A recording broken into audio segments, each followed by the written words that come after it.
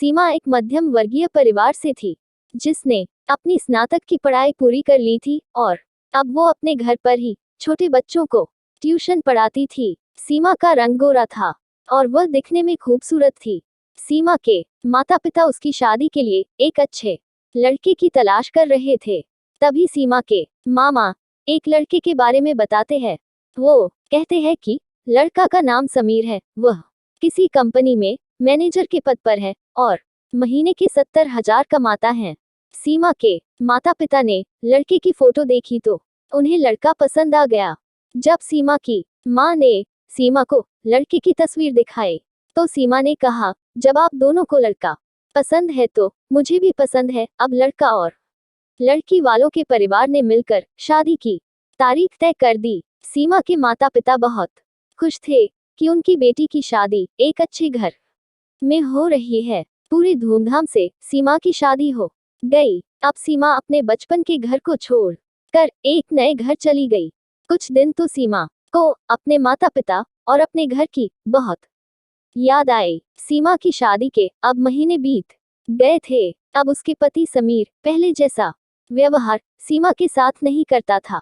सीमा से वो चिड़ा सा रहता था।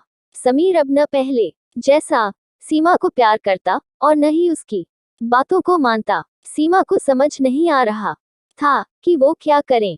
वो बस रोकर अपने दर्द को कम करने की कोशिश करती। एक दिन सीमा को पता चला कि समीर सिगरेट पीने के बहाने छत पे जाता और किसी लड़की से बातें करता है।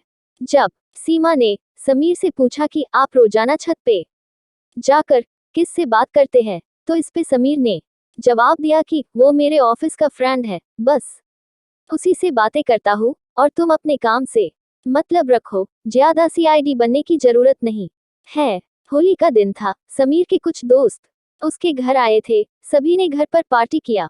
उस दिन समीर का एक दोस्त थोड़ा ज्यादा ड्रिंक कर लिया था और उसने नशे में सीमा के सामने जाकर कहा, भाभी आप इतनी प्यारी और मासूम हो, फिर भी समीर भाई दिन भर उस घमंडी प्रिया से बातें करते रहते हैं। लगता है कि आप समीर भाई का सही से ख्याल नहीं रखते।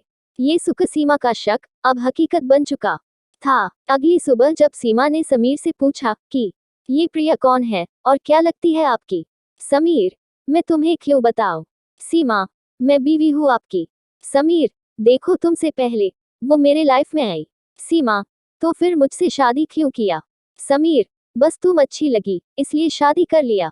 सीमा, अब तुम देखना मैं उस कामिनी लड़की को कैसे सबक सिखाता हूँ। प्रिया को जब सीमा ने कामिनी कहा तो समीर ने गुस्से में सीमा को बहुत मारा और उसे कमरे में बंद कर दिया। सीमा के सास को सब पता था, फिर भी वह अपने बेटे के सामने एक शब्द भी नहीं बोलती थी। शाम को जब समीर आया तब उसने रूम का दरवाजा खोला। उस दिन सीमा की तबीयत खराब हो गई, फिर भी उसी हालत में उसने खाना बनाया। सीमा ये सारी बातें अपनी माँ को बताना चाहती थी, लेकिन चाहकर भी वह नहीं बता पा रही थी, क्योंकि वह जानती थी कि अगर उसके माता पिता को ये सब पता चलेगा तो वह परेशान हो जाएंगे। समीर अब सीमा के साथ नौकरानी जैसा व्यवहार करने लगा। छोटी छोटी बातों पे उसे मारता। सीमा अब धीरे धीरे डिप्रेशन का शिकार होने लगी। उसके दिमाग में गलत गलत ख्याल आने लगे। अब न वो समय पे खाना खाती और न ही किसी से बात करती। आखिरकार एक दिन सीमा ने रूम में फांसी लगाकर आत्महत्या कर ली।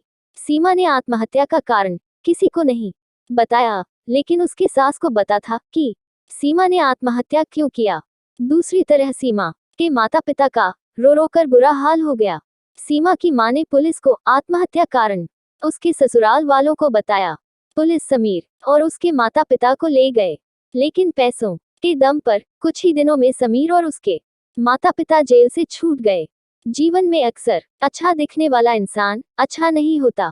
उसके अंदर कहीं न कहीं बुराई छुपी होती है और वही बुराई किसी की जिंदगी को बर्बाद न कर देती है। कुछ ऐसा ही सीमा के साथ हुआ।